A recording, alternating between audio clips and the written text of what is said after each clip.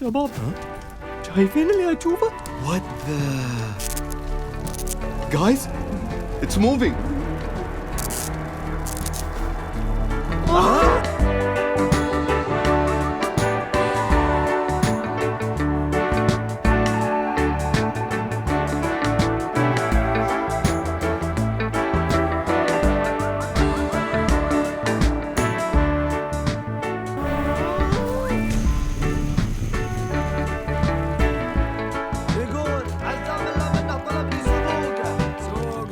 As an animation studio, we look at the content in the region and even in Qatar, and we felt like there is a lack of, a content that represents the Qatari culture. There is a small details that Qataris will pay attention to, and we wanted this to go in the right way for the community and for the audience.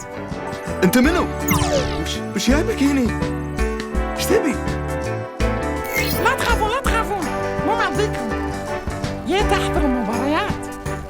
احنا لما نشوف الكوكباني يعني ككرتون دائما نحس ان الكرتون نفسه موجه للكوكباني او في مسج معين ان احنا نحاول ان نشرح للزوار الثقافه القطريه، لكن الكرتون حتى نفسه يحاول يشرح للقطريين ان الفعاليه هذه راح تتضمن ان ناس كثير راح يجون الدوحه من خلفيات خلفيات او من بلدان مختلفه وثقافه مختلفه، فبعد احنا نحاول نشرح حق القطريين انه لازم يكون في تقبل لهالثقافات اللي راح تكون في الدوحه، وان احنا نحاول نساعدهم انهم يتعايشون او يفهمون الثقافه القطريه بطريقه سلسه ومريحه. What؟ سرد من صراخك يا فيصل. يا أخي شلون فلت منك وانت ذا كبرك؟ يا ربع مو وقت الكلام. تكفى الأثر يا أخي، يمكنه ورا الضعف.